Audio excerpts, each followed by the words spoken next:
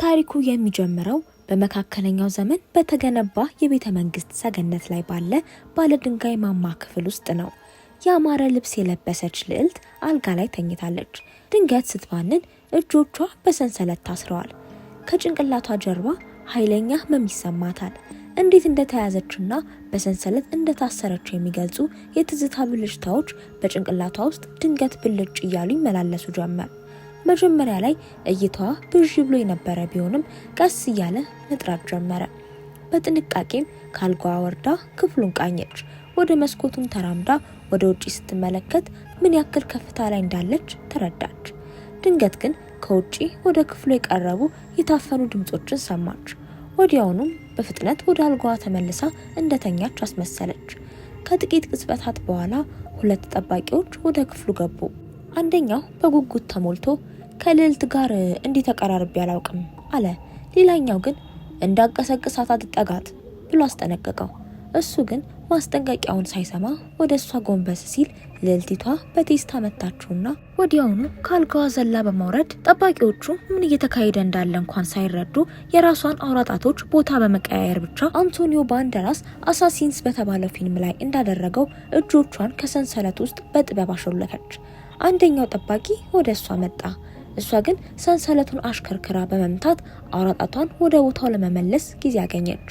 አሁን ሙሉ በሙሉ ተዘጋጅታለች። ከጸጉሯ ላይ የጸጉር ማሳዣ መርፌ በማውጣት የጠባቂውን አይን ወጋችው። ወደ አንድ ምሰሶ ማስጠግታ በማጋጨት መርፌው ይበልጥ ወደ ውስጥ እንዲገባ አደረገችና ወዲያውኑ ገደለችው። ሁለተኛው ጠባቂ መጣ። መሬት ላይ ቢጥላትም እሷ ግን ከሞተው ጠባቂ አይን ላይ ያለውን መርፌ ነቅላ የሁለተኛውን ጠባቂ ጭን ወጋችው። ሰንሰለቱን እጇ ላይ ጠምጥማም እንደ መሳሪያነት ተጠቅማ ያለምንም ምህረት በከባድ ቦክስና መቶች ቀጠቀጠችው። ለማምለጥ ቢታገልም እሷ ግን ሳትለቀው አንድ የእንጨት ቁራጭ አንስታ ወደ ተከፈተው መስኮት እየደበደበች መለሰችው። ጠባቂው ሊያፌዝባት እየሞከረ እስከ ታችኛው ወለል ድረስ ምትደርሽ ይመስልሻል አላት። እሷን በቁጣ እዚያ እንገናኛለን ካለችው በኋላ በኃይለኛ ካልቾ ከመስኮቱ ቁልቁል ወደሚናወጠው ባህር ውስጥ ወረወረችው። ይህ በእንዲህ እንዳለ ሌላ ጠባቂ ሊደርስባት ሲቃረብ አንድ ከባድ መዶሻ አንስታ እንደገባ ወዲያውኑ አናቱ ላይ መታችውና ገደለችው። ከዚያም ቁልፎቹን ወስዳ የቀረውን ካቴና ሙሉ በሙሉ ፈታች። ማንም ሰው እንዳይጠረጥርም ክፍሉን በፍጥነት አስተካከለችው። አሁንም ውስጥ ያለች እንድትመስል አድርጋ ከውጭ ቆልፋ በስውር አመለጠች። ልዕልቲቷ በማማው ውስጥ በጥንቃቄ እየተንቀሳቀሰች ወደ ሌላ ክፍል ገብታ ወደ ቤተ መንግስቱ ግቢ ቁልቁል ተመለከተች። ያየችው ነገር ግን ሁከትና ብጥብጥ ብቻ ነበር። ከታች ወላጆቿ ንጉሱና ንግስቲቱ እንዲሁም እህቷ ቫዮሌት እጆቻቸውን ታስረው ተንበርክከው ነበር። በጁሊየስና በረዳቱ ሞይራ እጅ ወድቀው ነበር። ንጉሱም ሁኔታው ሰላማዊ እንዲሆን እየለመነ ጁሊየስን ሰላም እንዲያወርድ ተማጸነው። አባቱ ዲፕሎማት እንደነበር በማስታወስም ነገሮች እዚህ ደረጃ ላይ እንዲደርሱ አልፈልግም ነበር ጁሊየስ፣ ይህንን ለአንድ አፍታ እንኳን አላምንም ብለው ንጉሱ ተናገሩ። ጁሊየስ ግን የንጉሱን ልመና በትዕቢት እያጣጣለ አባተ ዲፕሎማት ነበር፣ ሁለታችሁም አንድ አይነት ደካሞችና አሳዛኞች ናችሁ አላቸው። ንግስቲቱም እኛ እኮ አምነንህ ነበር ብትለውም እሱ ግን እምነት የሚለውን ቃል አፌዘበት። በዚህ መሃል ታናሽ እህቷ ቫዮሌት እህቴ መቼም ማታገኛት ስትል ብጮህም ጁሊየስ ግን እኔ ግን እህትሽን አገባታለሁ፣ ምክንያቱም እኔ የፈለኩትን ነገር ከማግኘት ወደ ኋላ አልልም፣ ስለዚህ ዝም ብለሽ እንደ ሕፃን ልጅ ታስዢኝ አላት። ንጉሱ ሊናገር ሲሞክርም ሞይራ ይህ ንጉስ ተብዬ የልጆቹን ጋጦጥነት ዝም ብሎ ማየቱ ምንም አይገርምም፣ ለነገሮች ስርዓት ምንም ክብር የለውም፣ ባህሎቻችንን ረግጧል፣ ባዕድነትንም በደስታ ተቀብሏል። እውነተኛ ንጉስ እኮ ሊያሸንፋቸው ይገባ ነበር፣ በጠላቶቻችን ፊት ደካማ አስመስሎናል ስትል አወረደችበት። ንጉሱ ግን እጅ ሳይሰጥ ጁሊየስ ስማኝ፣ ማንም ሰው በፍርሃት ለረጅም ጊዜ ሊገዛ አይችልም፣ ህዝብ እኮ ከብት አይደለም፣ እንደ ዕውርም አይከተሉህም ሲል አስጠነቀቀው። ጁሊየስ ግን በትዕቢት ተሞልቶ ህዝቡ የሚፈልገው በዙፋኑ ላይ ጠንካራ መሪ ማየት ነው ካለ በኋላ የንጉሳውያኑን ቤተሰብ እንዲወስዷቸው አዘዘ። በማማው ውስጥም ይህንን ሁሉ የምትከታተለው ልዕልቲቷ ግን በከፍተኛ የጥፋተኝነት ስሜት ተዋጠች። ይህ ሁሉ የኔ ጥፋት ነው ስትልም ራሷን ወቀሰች። ነገሮች ሁሉ እንዴት እዚህ ደረጃ ላይ እንደደረሱም መለስ ብላ አሰበች። በግዛት ውስጥ ወንድ ወራሽ ባለመኖሩ የንግስናው ስልጣን የሚተላለፈው በጋብቻ ብቻ ነበር። ለዚህም ነበር ለጁሊየስ እንድትሰጥ የተወሰነው። አባቷ በሰርጉ ዕለት ይህንን ደጋግሞ እንደነገራት ታስታውሳለች። ነገር ግን ልታደርገው በፍጹም አልቻለችም። ጁሊየስን በመድረኩ ላይ ጥላው በመኮብለሏ ነበር ይህ ሁሉ ረብሻ የተፈጠረው። በዚህ ሐሳብ ውስጥ እያለች ድንገት የእርምጃ ድምጽ ወደ እሷ ሲቃረብ ሰማችና ወዲያውኑ ራሷን ለመከላከል ተዘጋጀች። አንድ ግዙፍ ጠባቂ የእሷን መኖር ሳያውቅ ወደ ክፍሉ ገባ። ዘና ብሎ መጸዳዳትን ጀመረ። ልዕልቲቷ ግን አስቀድማ በውሃ የተሞላ ትልቅ ገንዳ ውስጥ ገብታ ተደብቃ ነበር። የአየር አረፋዎች ወደ ላይ እየወጡ፣ እሷ ግን ትንፋሿን ለመያዝ እየታገለች ሙሉ በሙሉ ዝም አለች። እንደ ድል ሆኖ ጠባቂው በመስታወት ውስጥ በራሱ ነጸብራቅ ተደንቆ ስለነበር አላስተዋላትም። ጨርሶ ወጣ። ልዕልቲቷ ከውሃ ውስጥ ተስፈንጥራ ወጥታ አየር ለመተንፈስ እያቃሰተች ትንፋሿን ሰበሰበች። በውሃ የከበደውንና የረጠበውን ልብሷንም ቀደደችው። ከዚያም ከክፍሉ በዝግታ ወጥታ በማማው ውስጥ ወደ ታች ወረደች። ያ የቅድሙ ትልቅ ጠባቂም ድንገት ከጀርባዋ መጥቶ አንገቷን አንቆ ያዛት። እሷ ግን በፍጥነት በመንቀሳቀስ የራስ ቁሩን መታችና ከእጁ አመለጠች። እግሮቹ መካከልም መታችው። ነገር ግን አስገራሚ በሆነ ሁኔታ ምንም ውጤት አልነበረውም። ይሄማ አብዛኛውን ጊዜ ይሰራል ብላ ብትገረምም ለካ ሰውየው ከብረት የተሰራ ጭራቅ ነው እናንተዬ። ትልቁ ጠባቂ ትልቅ ሰይፍ አውጥቶ ሊቆርጣት መሞከር ጀመረ። የጥንካሬና የችሎታ ውጊያም ሆነ።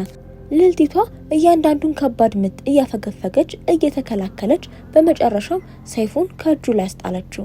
ትጥቅ ማስፈታትም ቻለች። እጅ በእጅ ውጊያውን ቀጠሉ። ውጊያው ይበልጥ እየተጋጋለ መጥቶ በመጨረሻም አንድ ክፍተት አየችና ዘላ ትከሻው ላይ ወጣች። ትልቁ ጠባቂ ሊጥላት ቢሞክርም እሷ ግን አጥብቃ ያዘችው። የራስ ቆሩ ላይ ያሉትን ቀንዶች ይዛ በመንቀል አንደኛውን ቀንድ በጀርባው ላይ ሰካችው። ትንፋሿንም ለመያዝ ስታቆም ያ ቅስፈት የልጅነት ትውስቷን ቀሰቀሰው። ተዋጊ ለመሆን ትመኝ እንደነበርና አሳዳጊዋን ሊንን በአድናቆት ትመለከት እንደነበር አስታወሰች። ሊን በሚስጥር ውጊያ ታሰለጥናት ነበር። ነገር ግን እናቷ በጭራሽ አልተስማማችም ነበር። ይልቁንም በንጉሳዊ ስነ ስርዓት ላይ እንድታተኩር ትፈልግ ነበር። ነገር ግን ሊን ሁለቱንም መማር እንደምትችል እናቷን ተከራከረቻት። በመጨረሻም እናቷ ለንጉሱ ሳይነገር በሚስጥር እንዲሆን ተስማማች። ከትውስቷ ስትመለስም ልዕልቷ የራስ ቁሩን ጥላ መንገዷን ቀጠለች። ይህ በእንዲህ እንዳለ በማማው ታችኛው ክፍል ላይ ጠባቂዎቹ በመስኮት የወረወረችውን የዘበኛ አስክሬን አገኙ። የጠባቂዎቹ አለቃ ኬር ሰውየው በራሱ ጊዜ እንደወደቀ ሊያስተባብል ቢሞክርም ሞይራ ግን በጥንቃቄ መርምራ ሌላ አዲስ ነገር እንዳለ ጠረጠረች። ጁሊየስ ምንም አይነት ስጋት ውስጥ መግባት ስላልፈለገ ኬርን ሂድና ልዕልቲቷ ክፍሏ ውስጥ መሆኗን አረጋግጥ፣ ይህ ካልሆነ ግን የመሪነት ስልጣን ከፍተኛ አደጋ ላይ ይወድቃል፣ ገባ ሲል አስጠነቀቀው። ከዚያም ጥሏቸው ከሞይራ ጋር ሄደ። እነሱ እንደሄዱ ኬር በግዛት ውስጥ አለ የሚባለውን ደንዳናና ፈርጣማ ጠባቂ አስጠርቶ ወደ ላይ ወጥተህ ልዕልቲቷ ትኑር አትኑር እስኪ ተመልከት ብሎ አዘዘው። ጠባቂውም ረጅሙን ደረጃ ለመውጣት ቢያመነታም ከተጮህበት በኋላ ግን ከመሄድ ውጪ ምንም አማራጭ አልነበረውም። በማማው ውስጥ ልዕልቲቷ ለማረፍ በሌላ ክፍል ውስጥ ቆመች። የጁሊየስ ሁለቱ ጠባቂዎች ክፍሉን ለመዝረፍ ሲገቡ ሰማች። አንድ የእንጨት ዘንግ አንስታም ለሁለት ሰበረችው። አንደኛውን በተሳለ እንጨት ወጋችውና ከልብሷ ላይ ገመዱን ሳበች። ሁለተኛው ዘበኛ ወደ እሷ ሲመጣ ደግሞ ያንን ገመድ በጥበብ ተጠቅማ በአቅራቢያው ካለው ምሰሶ ጋር በአንዴ በፍጥነት አሰረችው። ከዚያም ቀስት አንስታ ወደ እሷ አነጣጠረች። ዘበኛውም በፍርሃትና በትዕቢት ዞር በይ፣ ይህን ነገር እንዴት እንደምትጠቀሚበት ታውቂያለሽ አላት። እሷን በኩራት በልዕልት ፊት ነው ያለኸው፣ ቤተሰቦቼ የት ናቸው ስትል ጠየቀች። ነገር ግን ዘበኛው ለመናገር ፈቃደኛ አልነበረም። ገደለችው። የዘበኛውን ሰይፍም ወስዳ ጉዟን ቀጠለች። ይህ በእንዲህ እንዳለ ያ ፈርጣማው ጠባቂ ረጅሙን ደረጃ እየታገለ ልዕልቲቷ መኖሯን ለማረጋገጥ ወደ ላይ እየወጣ ነበር። በተመሳሳይ ጊዜ ልዕልቲቷ ወደ ታች መውረጃ መንገድ እየፈለገች ነበር። ነገር ግን ግንቡ በጠባቂዎች ተሞልቶ ስለነበር የምትደበቅበት ቦታ ስታጣ ከመስኮቱ ወጥታ እነሱ እስኪያልፉ ድረስ በአንድ እጇ ጠባብ ጠርዝ ላይ ተንጠለጠለች። ሰይፉ ሲከብዳት ጣለችውና ተመልሳ ወደ ውስጥ ገባች። ያ ፈርጣማው ጠባቂም ከመስኮቷ አጠገብ አርፎ ትንፋሽ ሲወስድ አየችው። ከጥቂት ቅስፈታት በኋላም ተነስቶ መንገዱን ቀጠለ። ልዕልቲቷ ሙሉ በሙሉ ተመልሳ ወደ ውስጥ ገባች። ለመረጋጋትም ትንሽ ጊዜ ወስዳ በግንቡ ግድግዳዎች ውስጥ ወዳለው ሚስጥራዊ መተላለፊያ ገባች። መተላለፊያው ውድ ዕቃዎችን በመዝረፍና በግብዣ የተጠመዱ ጠባቂዎች ወደተሞሉበት ትልቅ ክፍል መራት። ይህን አጋጣሚ ተጠቅማም ሳይስተዋል በክፍል ውስጥ በጥንቃቄና በጸጥታ በእነሱ መካከል አለፈች። በመጨረሻም ሌላ ሚስጥራዊ በር ላይ ደርሳ ወደ መተላለፊያው ተመለሰች። ወደ ክፍሏም አመራች። ክፍሏ ገብታም ቀደም ሲል ደብቀው የነበረውን ቢላዋ አወጣች። ስትገልጠው ሌላ ትዝታ ወደ አእምሮዋ መጣ። ትልቅ ሆና በጫካ ውስጥ ከሊን ጋር ትለማመድ የነበረውን ጊዜ አስታወሰች። በውጊያው ወቅት ሊንን ማሸነፍ ከብዷት ነበር። ሊንም ከልብሽ እየተዋጋሽ አይደለም፣ እንደገና ሞክሪው አለቻት። ይበልጥ እንድትገፋበትም ሊን አጎቷን ካይ አመጣች። ውጊያው ተጀመረ። ነገር ግን በካይ በፍጥነት ተሸንፋ መሳሪያዋን ተቀማች። ተስፋ ለመቁረጥ ፈቃደኛ ባለመሆኑም ያለ መሳሪያ ቀጠለች። በዚህ ጊዜ ወደ ካይ ተወርውራ በክህሎት መሬት ላይ ጣለችው። ካይም ተደንቆ ቢላዋውን በስጦታ መልክ ሰጣትና ይህ ለእውነተኛ ተዋጊ ነው የሚገባው አላት። ወደ ትውስቷ ስትመለስም ልዕልቲቷ አንድ ሳጥን ከፍታ ቀበቶ አሰረች። ጫማ አድርጋም ራሷን አዘጋጀች። ከዚያም ወደ ሚስጥራዊ መተላለፊያ ተመለሰች። በግድግዳዎች ውስጥ እየተንቀሳቀሰችም ሳለ ጁሊየስ እና ሞይራ ሲያወሩ ሰማች። ሞይራ ይህን ሁሉ ጦር ይዘህ ለምን መንግስቱን ባይል አትወርሰውም ስትል ጁሊየስን ጠየቀችው። እሱ ግን ስልጣኑን በህጋዊ መንገድ ለመያዝ ልዕልቲቷን ማግባት ግድ ይለኛል። እሷን ከያዝኩ ግን እኔ እውነተኛው ንጉስ መሆኔን ማንም ሊከራከረኝ አይችልም አላት። በዚህም ሳያበቃ እውነተኛውንና አደገኛውን እቅዱን ነገራት። ዘውዱን እንደደፋ ወዲያውኑ የንጉሱን ጉሮሮ ቀልቶ አገዛዙን በፍርሃት ለማንበርከክ ማቀዱን ተናገረ። ልዕልቲቷ ይህንን ስትሰማ በድንጋጤ ተዋጠች። በመጨረሻም የክፋቱን ጥልቀት ሙሉ በሙሉ ተረዳች። በዚህ መሃል ሁለቱ በስሜት መሳሳም ጀመሩ። ልዕልቲቷ ግን ይህንን እንደ መልካም አጋጣሚ ተጠቀመችበት። ወዴት እንደሚንቀሳቀሱም አስቀድማ በመገመት በግድግዳው ላይ በዝግታ ትንሽ ቀዳዳ በጩቤዋ ቦረቦረች። ልክ ወደዛ አቅጣጫ ሲጠጉም ቢላዋን ሰዳ በቀጥታ ወደ ጁሊየስ አነጣጠረች። ነገር ግን በመጨረሻው ሰከንድ ላይ የበሩ መንኳኳት አቋረጣቸው። አንድ ጠባቂ ገብቶ ንጉሱ ሊያነጋግረው እንደሚፈልግ ነገረው። ጁሊየስ ከሞይራ ጋር ክፍሉን ለቆ ወጣ። ይህ በእንዲህ እንዳለ እሷን ለማየት የተላከው የፈርጣማው ጠባቂ በመጨረሻ ትንፋሹ አልቆ እያለከለከ የማማው ጫፍ ላይ ደረሰ። ቁልፍ ቀዳዳውንም ቁልቁል ሲመለከት ልዕልቲቷ አልጋው ላይ ተኛች። እንዲሁም አንድ ዘበኛ አጠገቧ በሐሳብ ያሸለበ መሰለው። ሁሉ ነገር ሰላም ነው ብሎ በመገመትም ለአለቃው ኬር ሪፖርት ለማድረግ ያንን ማለቂያ የሌለው የደረጃ ጉዞ ወደ ታች መውረድ ጀመረ። በዚህ መሃል ልዕልቲቷ በሚስጥራዊ መተላለፊያ ውስጥ ጉዞዋን ቀጥላለች። በጠባብ የመሬት ወለል መስኮት በኩል ተጭና ወደ ሌላኛው የቤተ መንግስቱ ክፍልም ሾልካለች። ነገር ግን ልክ እንደወጣች ድንገት ራሷን ያገኘችው በአንድ ግዙፍና የብረት ጋሻ በለበሰ አካል እግሮች መካከል ነበር። መጀመሪያ ላይ ሐውልት የመሰላት ቢሆንም ሰውየው ድንገት የሰይፉን ጫፍ ወለሉ ላይ ሲያስጮኸው ግን በላምቷ ተቀየረ። ጠባቂውን ወዲያውኑ በከባድ ኃይል መሳሪያውን እያወዛወዘ ከፍተኛ ጥቃት ሰነዘረባት። ልዕልቲቷ በፍጥነት እየተንከባለለች እያንዳንዱን ምት አመለጠች። በራሷ ፈጣን ምቶች ለመመከት ብትሞክርም የሷ ጥቃት ግን ያንን ከባድ የብረት ጋሻ የለበሰውን ሰውነት ሊበሳው አልቻለም። በጉልበት እንደማታሸንፈው ስትረዳ ራሷን በመከላከል ላይ ብቻ ትኩረት አድርጋ ክፍተት መጠባበቅ ጀመረች። በመጨረሻም አንድ ክፍተት አገኘች። እሱም በጋሻ ያልተሸነፈው የብብቱ ስር ክፍተት ብቻ ነበር። ያንን ክፍተት እንደ መልካም አጋጣሚ በመጠቀምም እሱን ለማዳከም በተከታታይ ደጋግማ መታችው። ከዚያም አጠገቧ የነበረውን የዘይት ጠርሙስ አንስታ ወረወረችበት። ወዲያውኑም የነደደ ሻማ ጨመረችበት። ዘበኛው በሰከንድ ውስጥ ወደ እሳትነት ተቀየረ። ሙሉ በሙሉም በእሳት እየነደደ ወደ መስኮቱ አቅጣጫ እየተንገዳገደ ሄደ። ልክ በዚያው ቅጽበት ከታች ጁሊየስ ከኬር ጋር እየተነጋገረ ሳለ ያ ፈርጣማ ጠባቂ ትንፋሹ ቁርጥ ቁርጥ እያለ ተመለሰ። ልዕልቲቷ እዚያው ማማ ውስጥ ናት አላቸው። ጁሊየስ ግን እርግጠኛ ነህ ሲል ፊቱ በንዴት ጠቆረ። ኬርን በኃይል ጨብጦም ሁኔታውን በአስቸኳይ እንዲያስተካክል ካዘዘው በኋላ በቁጣ እያጉረመረመ ሄደ። ኬርም ወዲያውኑ በማማ ውስጥ ይህንን ጥፋት ያደረገውን ሰው ፈልገው እንዲያገኙ ሙሉ ፍተሻ አዘዘ። ነገር ግን ሞይራ ጣልቃ በመግባት ያንን ጠባቂ ወደ ላይ ስትወጣ ወይም ስትወርድ የነደደውን ጠባቂ ምንም ምልክት አላየህም ስትል ጠየቀችው። እሱም አላየሁም አላት። ኬር ግን በትዕቢት ጌታው ሄዷል። አሁን አንቺ ማንም ላንቺ የሚታዘዝ የለም፣ አንቺ ማትረቢ አላት። ሞይራ ግን ምንም አልተከራከረችም። ይልቁኑ ያንን አስፈሪ አለንጋዋን አውጥታ ጫፍ ላይ ያለውን ስለት በቀጥታ የኬር ጉሮሮ ውስጥ ሰካችው። አለንጋውን ስትስበውም ኬር በገዛ ደም ውስጥ እየታነቀ መሬት ላይ ሲዘረር በደስታ ተመለከተች። ኬር ከሞተ በኋላ እሷ ሙሉ ቁጥጥሩን በእጇ አስገብታ ጠባቂዎቹ ፍተሻውን እንዲቀጥሉና ጥፋተኛውን እንዲገድሉ አዘዘች። ልዕልቲቷ የተጋረጠባትን ትልቅ አደጋ ተረድታም መውጫ መንገድ መፈለግ ጀመረች። ነገር ግን ድንገት 3 ጨካኝ ተዋጊዎች ከበቧት። ጥቃት ሰንዝረውም ክንዷ ላይ አቆሰሏት። እሷም በከፍተኛ ቁጣ መክታ በመውጣት ለማምለጥ ብትሞክርም እነሱ ግን ያለ ምንም እረፍት ይከተሏት ጀመር። ወታደሮቹም ወደ ኋላ ለማፈግፈግ ፈቃደኛ ስላልነበሩ ዞር ብላ ሁለቱን በቅጽበታዊ ምቶች ዘረረቻቸው። ነገር ግን ሌሎች በርካታ ጠባቂዎችም ከታች በኩል መንገዱን ዘጉባት። ያ የተረፈው የመጨረሻው ተዋጊ ደግሞ በስተጀርባዋ ያሳድዳት ነበር። በዚህ ጊዜ ፈጣን ብልሃት ተጠቀመች። በአንገቷ ላይ የነበረውን የእንቁ ሀብል በጥሳ እንቁዎቹን በሙሉ ወለሉ ላይ በታተነቻቸው። ወደ እሷ እየተንደረደሩ የነበሩ ዘበኞች በሙሉም ተንሸራተው እርስ በርሳቸው ተጋጩ። ይህም ለማምለጥ በቂ ጊዜ ሰጣት።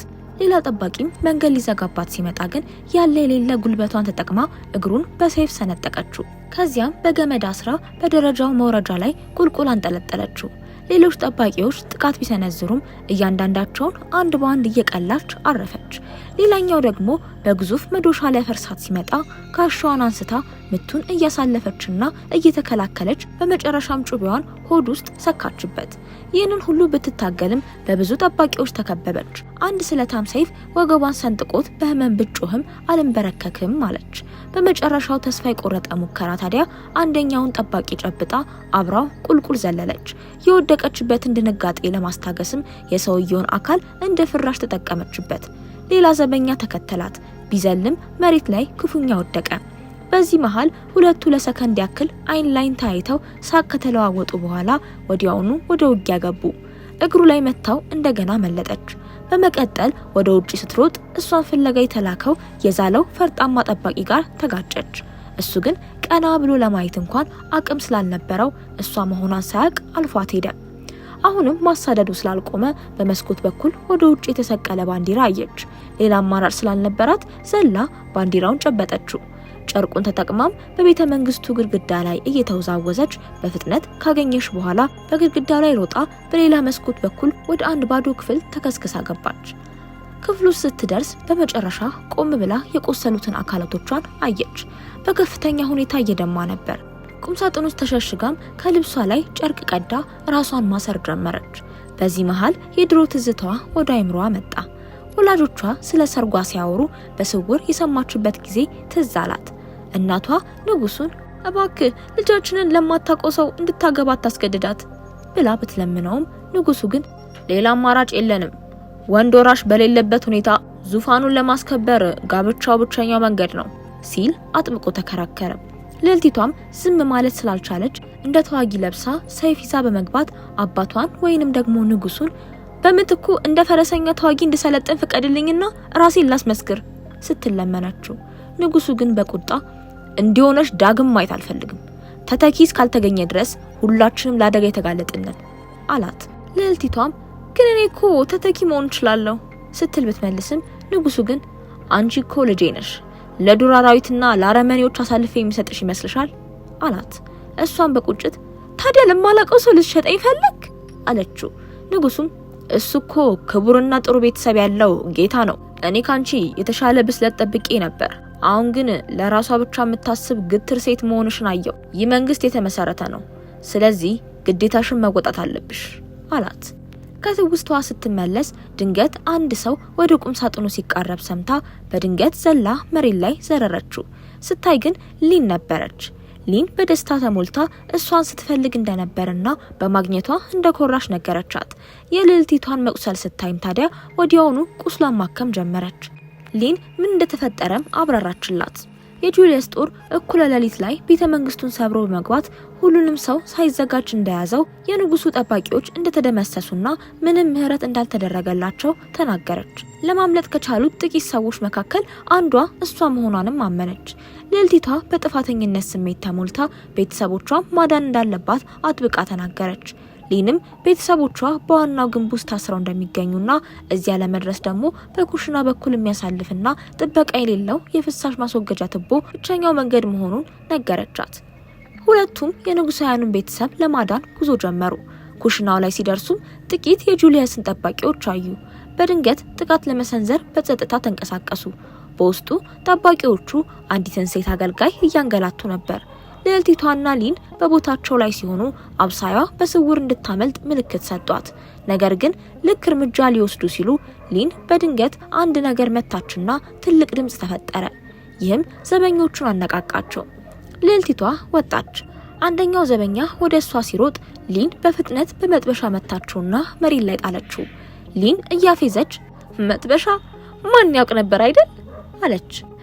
እናንተዬ ለካስ መጥበሻ ከሰይፍ በላይ ስራ ይሰራል አይደል? አገልጋዩ ስታመልጥ የቀሩት ጠባቂዎች ትኩረታቸውን ወደ ሁለቱ ሴቶች አደረጉ። ብርቱ ፍልሚያም ተጀመረ። ልዕልቲቷና ሊን በጥበብና በብልጠት ያገኙትን እቃ ሁሉ በመጠቀም ተዋጉ። በደቂቃዎች ውስጥ ሁለቱን ጠባቂዎች ጣሏቸው። የመጨረሻው ዘበኛ አየር ላይ ሲዘል በድንገት አንድ አለንጋ በአየር ላይ ተወርውሮ እግሩ ላይ ተጠመጠመበትና ወደ ኋላ ሳበው። መሬት ላይ ሲምዘገዘግ ያቺ ጨካኟ ሞይራ በአስደናቂ ሁኔታ ብቅ አለች።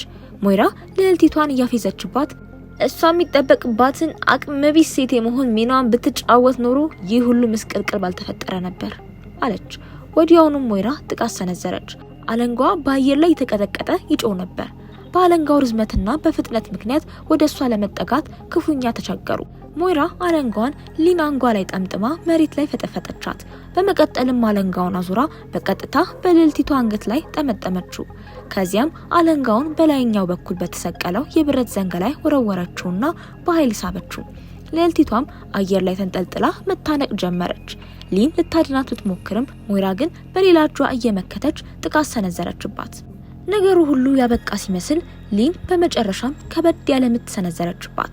ይህንን አጋጣሚ በመጠቀምም ሊን ወደ ምድጃው ውስጥ ዘይት ደፋች።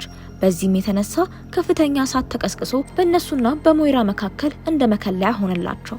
ሁለቱም ታዲያ እግሬ አውጪኝ ብለው ሮጡ። የፍሳሽ ማስወገጃው መግቢያ ላይ ሲደርሱ ታዲያ ሊን ሞይራን እዚያው ለመግታት ስትል ልዕልቲቷን ብቻዋን እንድትሄድ ለመነቻትና ልዕልቲቷ ወደ ዋሻው ወረደች። መተላለፊያውም በቀጥታ ወደ ዋናው ግንብ ወሰዳት። እዚያም ቤተሰቦቿ ታስረው አጠገባቸው 3 ጠባቂዎች እየጠጡና ቁማር እየተጫወቱ አገኘች። በቁጣ ገብታ ከአንደኛው እጅ መጠጡን ቀማችና በአንድ ትንፋሽ ጨለጠችው። ዘበኞቹ በግራ መጋባት ደንዝዘው ተመለከቷት። አንደኛው ሊይዛት እጁን ሲዘረጋ እሷ ግን በቅስፈት መታው ጥለው አረፈች። የተቀሩት ደግሞ ጥቃት ቢሰነዝሩም እሷ ግን እጅግ ፈጣን ስለነበረች በሰከንዶች ውስጥ 3ቱንም መሬት ላይ ዘረረቻቸው። ቤተሰቦቿ ይህን በደስታና በመገረም ተመለከቱ። ልዕልቲቷ ቤተሰቦቿን ፈታ ወደ ሰላማዊ ቦታ ልትመራቸው ስትል ታዲያ ድንገት በስውር የነበረ ጠባቂ ራሷ ላይ በኃይል ይመታታል። ራሷን ስታውቅ ቤተሰቦቿ እንደገና ተማርከው አገኘች። ጁሊየስ ከተደበደበችውና ደም ከለበሰችው ሊን ጋር ከሞይራ ጀርባ ሆኖ ገባ። ጁሊየስ ልዕልቲቷን እያፌዘባት ለዚህ ሁሉ ምስቅልቅል እሷን ተወቃሽ አደረጋት። እሷ ግን ምንም ፍርሃት አላሳየችም።